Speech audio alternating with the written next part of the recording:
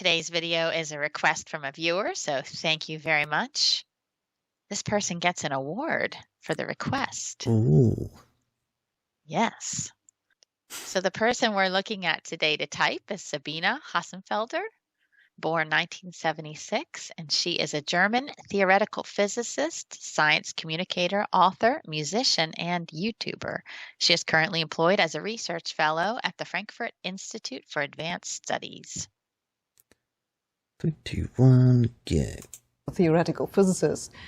So in physics, all our theories are mathematical. But that's not the case in other disciplines, which brings up the question whether that is a property of nature. Is there just a limit to what we can do with mathematics? Or is it just a case of we have not yet found the right mathematics?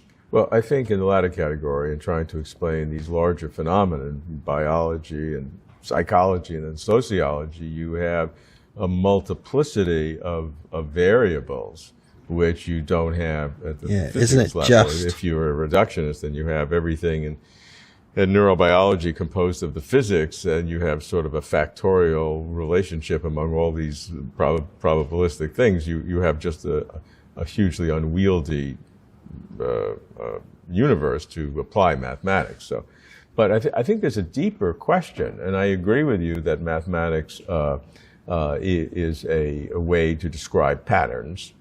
That's correct. But the question comes up: why are the patterns in nature you're putting aside? Okay, but there's an intermediary question: is that why are the patterns in nature such that many of them have a unity of specificity, and they're not like the square root of 2 or pi that can go on forever, but whether it's Newton's inverse square law, Good or grief, whether dude. it's Just Maxwell's ask a equations or question. Einstein's All right, general relativity out. kinds of questions, and they're all pretty simple equations. Yeah, the equations are pretty simple, but the problems that we're trying to solve are not. I'm not sure what you're trying to get at here. If you're trying to say that maybe the answer to these questions are just not approachable with mathematics, I don't think that that is likely to be the case. I think that these are questions that mathematics can very well answer. We just have not found the answer. On the other hand, if you think about the many parameter systems like human beings or societies and so on, this creates a big problem for the scientific method and the use of mathematics, because it's just not possible to test such a system under sufficiently many circumstances. Completely agree. So, and then there's the question, what do you do? You know, will you ever be able to actually understand what human societies do, for example? Well, I think that's the question. Can you deeply understand something without using? All right, so if you're watching this, I have already edited it out, but it took him like 2.5 minutes to ask a question. Yeah. So crazy. You could see she was kind of lost her patience a bit too with it. Yeah, this is like ISTJ versus INTP. Yeah. Mm-hmm. It's, I don't know, like this dude just like throws out this gotcha as his first question, goes on for 2.5 minutes, saying, "Oh, can you really prove anything with mathematics?" And then she's like, "Yeah, duh." I don't know how you could see her response. It was like, she was just like, really? I wasn't really following what he said because I got bored about 30 seconds in, but 3, 2, 1, go. Using mathematics, and I would tend to think that yes, you can. If you can use mathematics, that would give you maybe more certainty in your predictability or something, but that doesn't mean if you can't use mathematics like in art appreciation or something, that makes it less real or you're less able to get at some kind of truths. I think the question of patterns, though, at the deep physical reality is still a problem to me. Oh my because I don't know why any of the fundamental aspects of reality should submit themselves to simple mathematics unless there was some deeper kind of relationship, which is why the unreasonable effectiveness resonates with me. I'm always afraid that in the end, that kind of discussion will just lead to some anthropic statement of the sort that if those laws would not be so simple, then we would not be here and we wouldn't have been able to find them, which ultimately does not explain anything.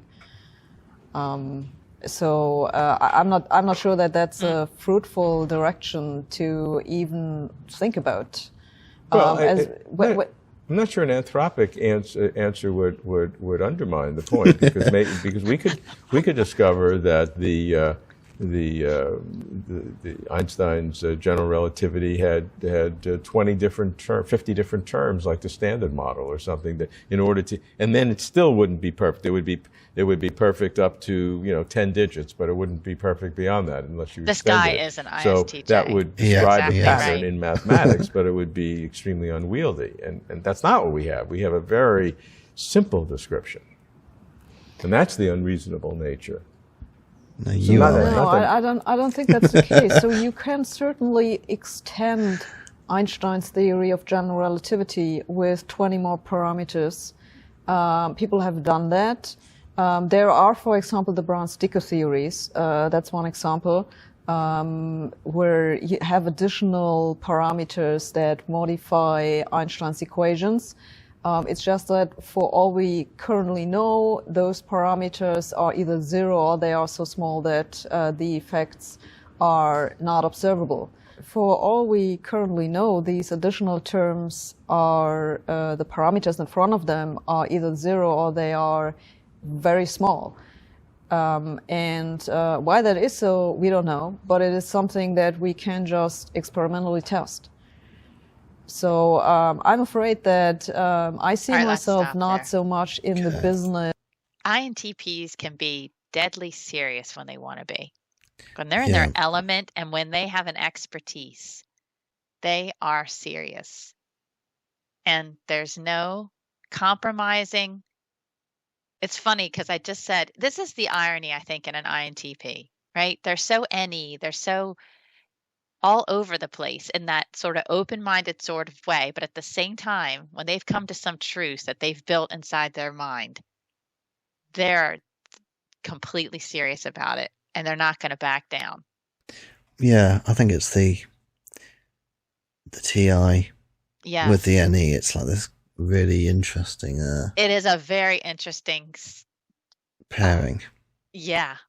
Yeah, because it's like a TI is kind of like the grounded, over scrupulous kind of thinking function, and then the NE is like the searchlight in the Atlantic.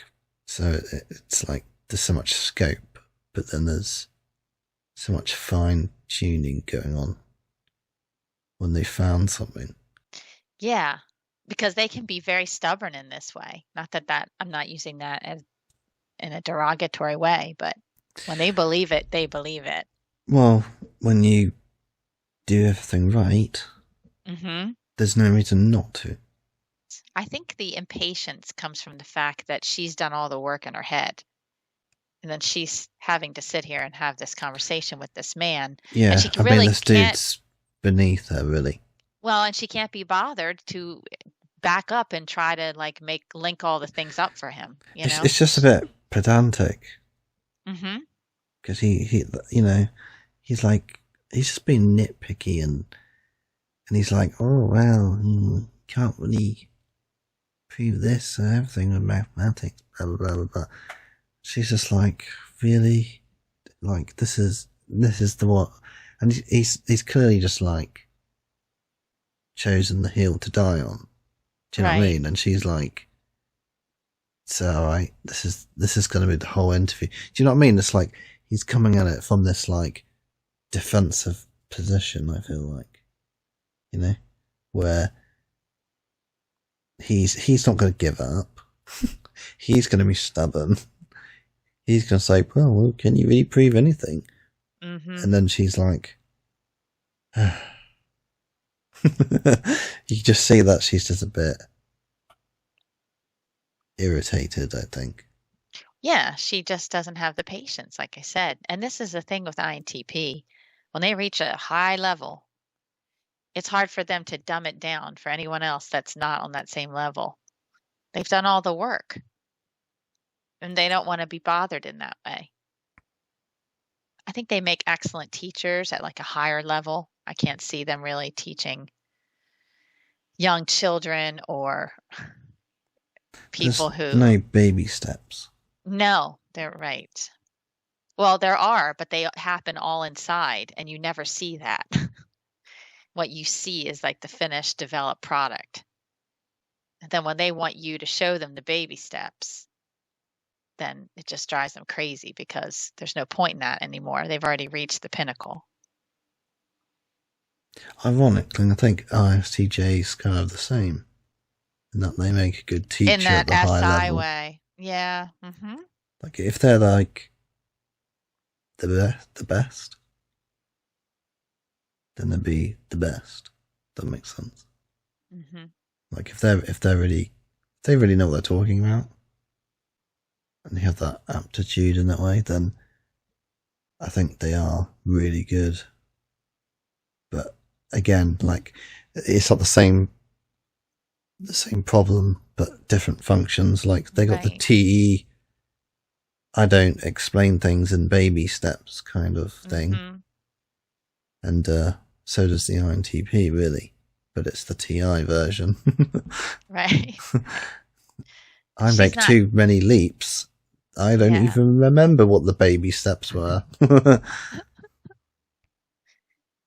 Yeah, Now- it's literally the Now, same, in this isn't it? interview, right. Now, in this interview, because she's so serious, you don't see the, I guess, what we would consider like the quirky kind of strangeness of the INTP come through. I think, she's really proving her type, though, with the lack of patience, again, because it's that high TI. But you're not really seeing the sort of, stereotypical, I guess. Is that what I'm trying to say? You're not really seeing. Stereotypical FE.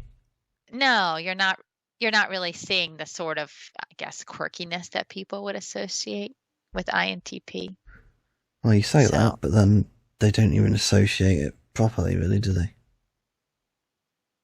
Right, because then I think in the females, when it does come out, then they slap ESFJ on it or something. So the difference here, I think, between the argument between ISTP and INTP for her, because I think maybe people are seeing high TI, low FE, or whatever's happening, is that she is very serious about what she knows. And she knows that she's smarter than this man. And she knows she's smarter than most people. And she is serious about it. Whereas I think in ISTP, they're more relaxed in it. They don't have that like need to show that they're right and that they know what they're talking about. So if you think about, I think it's Andrew Huberman. Mm-hmm. He's an ISTP scientist. What was he? Neuroscientist, I think. Neuroscientist. Yeah. If you go back and watch that interview, the way he discusses what he knows. Now, again, you could argue this is men and women too, right? I mean, sometimes, maybe, true. a woman in a man's field kind of has more of a need to prove herself. But just, I think you could still see it. I wish we could find like the equivalent ISTP, but we haven't yet. But you could just see, like, he's more relaxed in communicating what he knows, but she's just has that impatience. And I know this exists in INTP males as well, because I've seen it personally. They know they're right, and they don't have patience for you when you don't believe what they say, or you can't kind of hang with them in that way. There's just more of a seriousness in it, I guess, Yeah, I feel like the NE, they know. It's like, this guy searched half of the rocks. He's looked under half of the rocks. So she's looked under all the rocks. And she's like, I've looked under all the rocks. And he's like, well, I think in my half looked under rock opinion.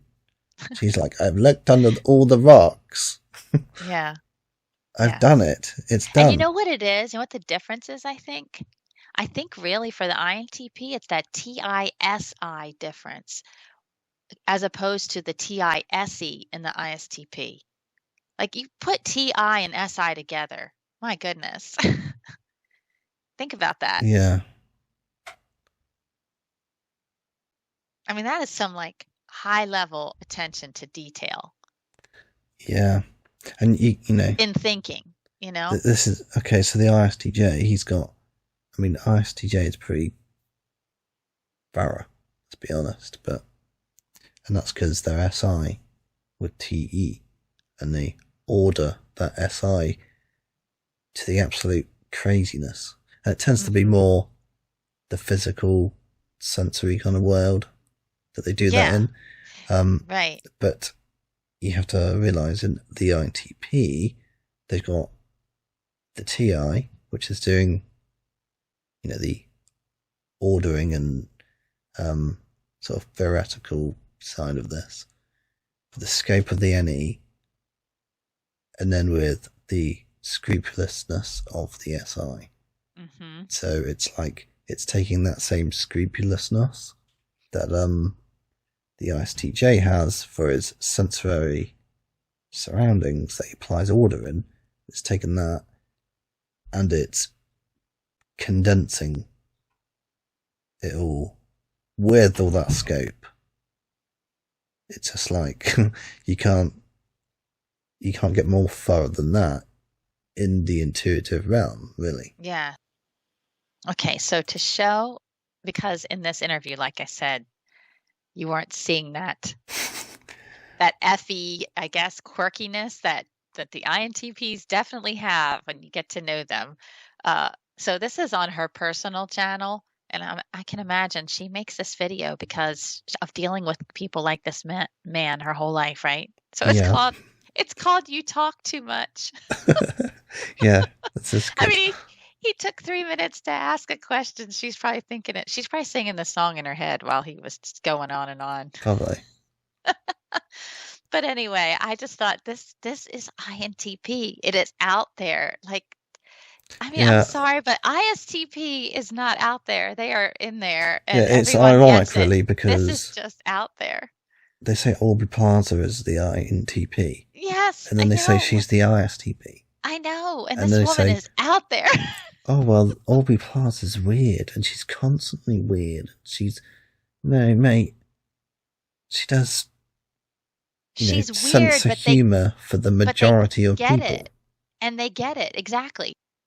Who gets this except for real strange birds, you know? And I love one of the comments down here. It says, good to see your inner child coming out. A funny and unexpected juxtaposition when considered along with your serious/unfunny videos. And that's it. They have this deadly seriousness about them. And then they come out with something like this. So let's just watch a little bit of it. Okay. It just makes me laugh. Yeah, I'm sorry, but Aubrey Plaza's not weird. She's comedy for mainstream folks. Yeah, exactly. And this is not comedy for mainstream folks. No. This is like... You might have an inkling of what I'm trying to say here if you're intuitive, but probably it's only me that really understands it fully. Okay. 3, 2, 1, go.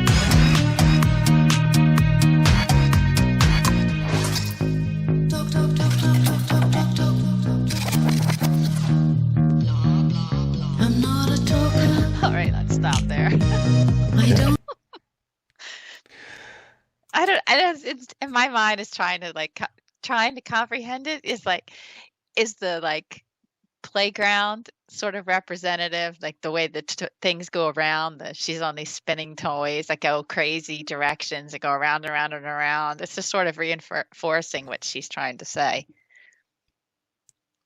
I don't know. Again, I don't know that I can make sense of it, but I totally appreciate it. I get where she's going.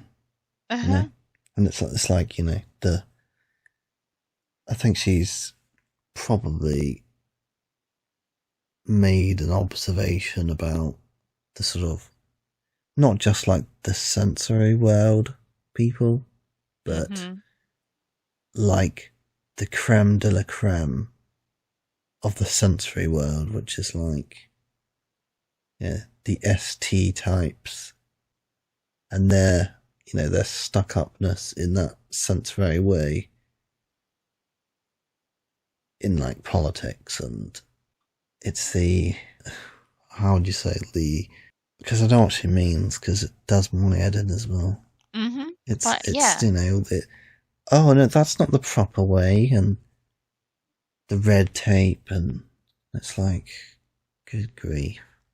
Yeah, so check out her channel, but go to the very beginning of it, because there are some very interesting music videos at the beginning. She has one about men. The man one. Yes. Yeah. Sorry, but people see ISTP like Aubrey Plaza and they say, oh, wow, that's an INTP. No. Yeah. No, you don't get INTPs. That's Most an of us ordinary don't. person. Yeah. You know? Yeah. And then they'd come in and say, no, it's not INTP, there's just something wrong with her. That's what they'd say.